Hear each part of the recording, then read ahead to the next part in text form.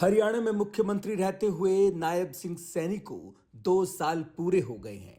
12 मार्च 2024 को उन्होंने पहली बार हरियाणा के 11वें मुख्यमंत्री के रूप में शपथ ली थी। उस वक्त बीजेपी के शीर्ष नेतृत्व ने उन्हें मनोहर लाल के स्थान पर हरियाणा के मुख्यमंत्री पद की अहम जिम्मेदारी सौंपी थी। नायब सिंह सैनी अपने इस छोटे से कार्यकाल में प्रधानमंत्री नरेंद्र मोदी, केंद्रीय गृह मंत्री अमित शाह और मनोहर लाल की उम्मीदों पर खरे उतरे। यही वजह रही कि बीजेपी नेतृत्व ने उन पर भरोसा जताया और साल 2024 में राज्य का विधानसभा चुनाव नायब सिंह सैनी के नेतृत्व में लड़ा गया। कांग्रेस की उम्मीदों के विपरीत भाजपा तीसरी बार सत्ता में आई और नायब सिंह सैनी दूसरी बार राज्य के मुख्यमंत्री बने। 17 अक्टूबर 2024 को नायब सिंह सैनी ने दूसरी बार मुख्यमंत्री पद की शपथ ली। इस तरह हरियाणा के 12वें मुख्यमंत्री बने नायब सिंह सैनी। पिछले 2 वर्षों में सैनी सरकार ने प्रशासनिक सुधार, सरकारी नौकरियों में पारदर्शिता और विकास योजनाओं पर खास ध्यान दिया है। सरकार का कहना है कि इन कदमों के जरिए राज्य में बेहतर प्रशासन और विकास को आगे बढ़ाने की कोशिश की जा रही है।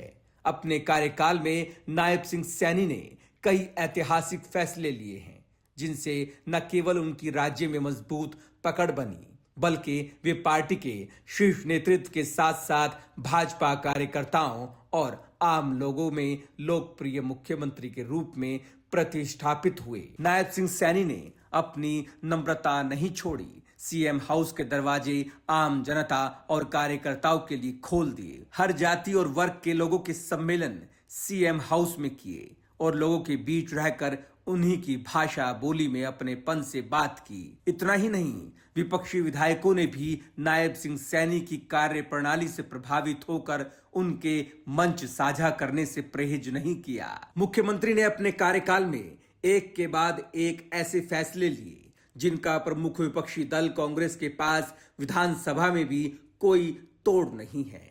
दूसरी बार सीएम पद की शपथ लेने से पहले उन्होंने 25,000 उन युवाओं को नौकरियां प्रदान की जिनकी ज्वाइनिंग कांग्रेस ने विधानसभा चुनाव के दौरान आचार संहिता का हवाला देकर रुकवा दी थी। राज्य की गरीब महिलाओं को 500 रुपए में गैस सिलेंडर देने की योजना नायब सिंह सैनी ने शुरू की। अनुसूचित जातियों में आरक्षण को 2 वर्गों में बांटने का साहस अगर किसी ने किया तो वो नायब सिंह सैनी ने किया। सीएम सैनी के नायाब फैसले। दीनदयाल लाडो लक्ष्मी योजना के तहत महिलाओं को 2100 प्रति माह भुगतान। सभी जिला अस्पतालों और मेडिकल कॉलेजों में किडनी रोगियों का मुफ्त डायलिसिस। हीमोफीलिया और थैलीसीमिया के मरीजों को 3,000 रुपए मासिक पेंशन। सेना और अर्धसैनिक बलों के जवानों की शहादत राशि 1 करोड़ रुपए की गई।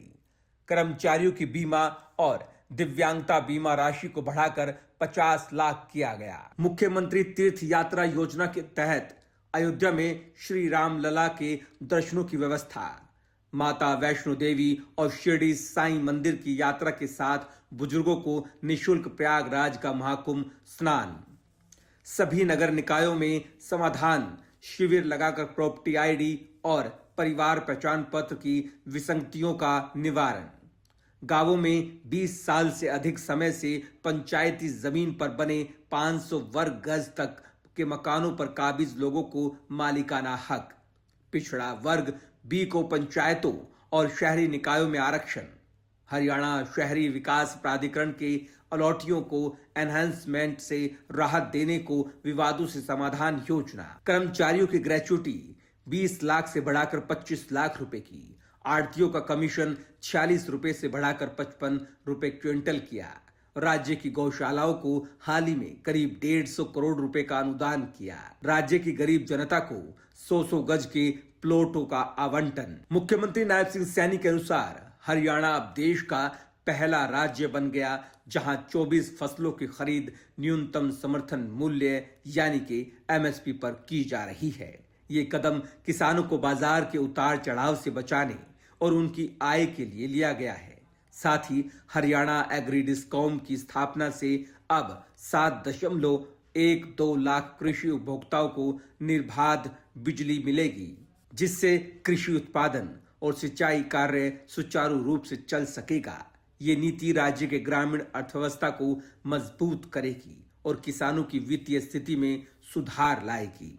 अपने कार्यकाल में सीएम नायब सिंह सैनी ने अपनी एक अनूठी और नायाब पहचान बनाई है, जो हरियाणा के लोगों के दिलों में अमिट छाप है। सैनी सरकार ने सरकारी नौकरियों में पारदर्शिता लाने के लिए भी कई कदम उठाए।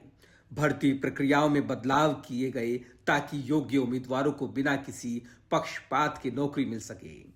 सरकार का कहना है कि भर्ती प्रक्रिया को पूरी तरह निष्पक्ष और पारदर्शी बनाने की कोशिश की गई है। सूबे का चौतरफा विकास करने की दृष्टि से सीएम सैनी निरंतर काम कर रहे हैं। हाल ही में मुख्यमंत्री नायब सिंह सैनी ने वित्त मंत्री के रूप में वित्तीय वर्ष 2026-27 के लिए 2,23,658 करोड़ रुपए से अधिक का बजट पेश किया।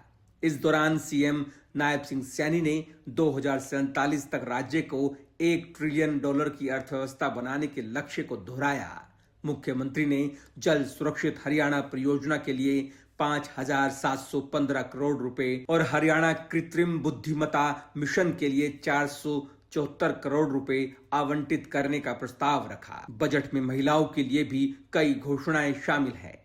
राज्य में महिलाओं की कार्य बल भागीदारी को बढ़ावा देने के लिए 5 करोड़ रुपए की लागत से कार्यस्थल सुरक्षा कोष स्थापित किया जाएगा। मुख्यमंत्री ने 14 से 15 वर्ष की आयु की 3 लाख लड़कियों को HPV का टीका लगाने का प्रस्ताव रखा। हर जिले और उपमंडल के अस्पताल में स्वस्थ महिला सशक्त परिवार क्लिनिक स्थापित किए जाएंगे। औद्योगिक इकाइयों द्वारा स्थानीय युवाओं को रोजगार देने के लिए रोजगार सब्सिडी को प्रति कर्मचारी प्रति वर्ष 48,000 रुपए से बढ़ाकर 1 लाख रुपए करने का प्रस्ताव रखा गया है।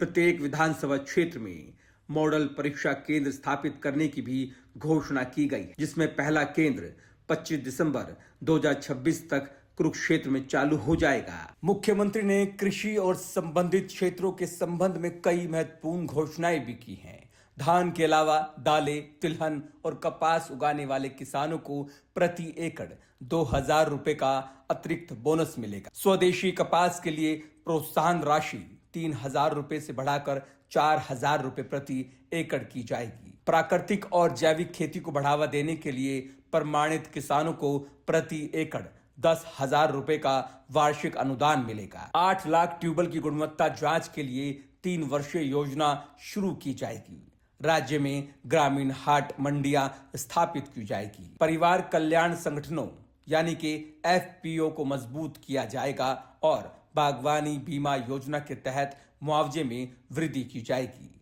बजट में तीसरी बिजली वितरण कंपनी हरियाणा कृषि वितरण समिति एग्रीकल्चर डिस्कॉम के गठन का भी प्रस्ताव है। ये कंपनी 5,084 कृषि फीडरों और 7,12,000 कृषि उपभोक्ताओं को बिजली सेवा प्रदान करेगी। इसके अलावा ये भी घोषणा की गई है कि सभी सरकारी भवनों और पंजीकृत गौशालाओं को सौर ऊर्जा संचालित परिसरों में परिवर्तित किया जाएगा। मुख्यमंत्री ने मेक इन हरियाणा नीति के तहत ब्लॉक आधारित वर्गीकरण को समाप्त करने और सभी क्षेत्रों में निवेश प्रोत्साहन देने की घोषणा की है। पुराने औद्योगिक क्षेत्रों के पुनरुद्धार के लिए 500 करोड़ रुपए का सशक्तिकरण कोष स्थापित किया जाएगा। मुख्यमंत्री ने जल ही जीवन है विषय के तहत यमुना नदी के 313 किलोमीटर लंबे क्षेत्र में प्रदूषण उन्मूलन के लिए एक नए मिशन की शुरुआत की भी घोषणा की है। कुल मिलाकर कहीं ना कहीं नायब सिंह सैनी के 2 साल के कार्यकाल को हरियाणा की राजनीति में स्थिरता और विकास के प्रयासों के रूप में देखा जा रहा है। अब आने वाले समय में सरकार की योजनाएं और नीतियां राज्य के विकास को किस दिशा में ले जाती है, इस पर सबकी नजर बनी रहेगी। अब देखना होगा कि आने वाले समय में सरकार अपनी योजनाओं और नीतियों को जमीन पर किस तरह लागू करती है और राज्य के विकास को किस दिशा में आगे बढ़ाती है।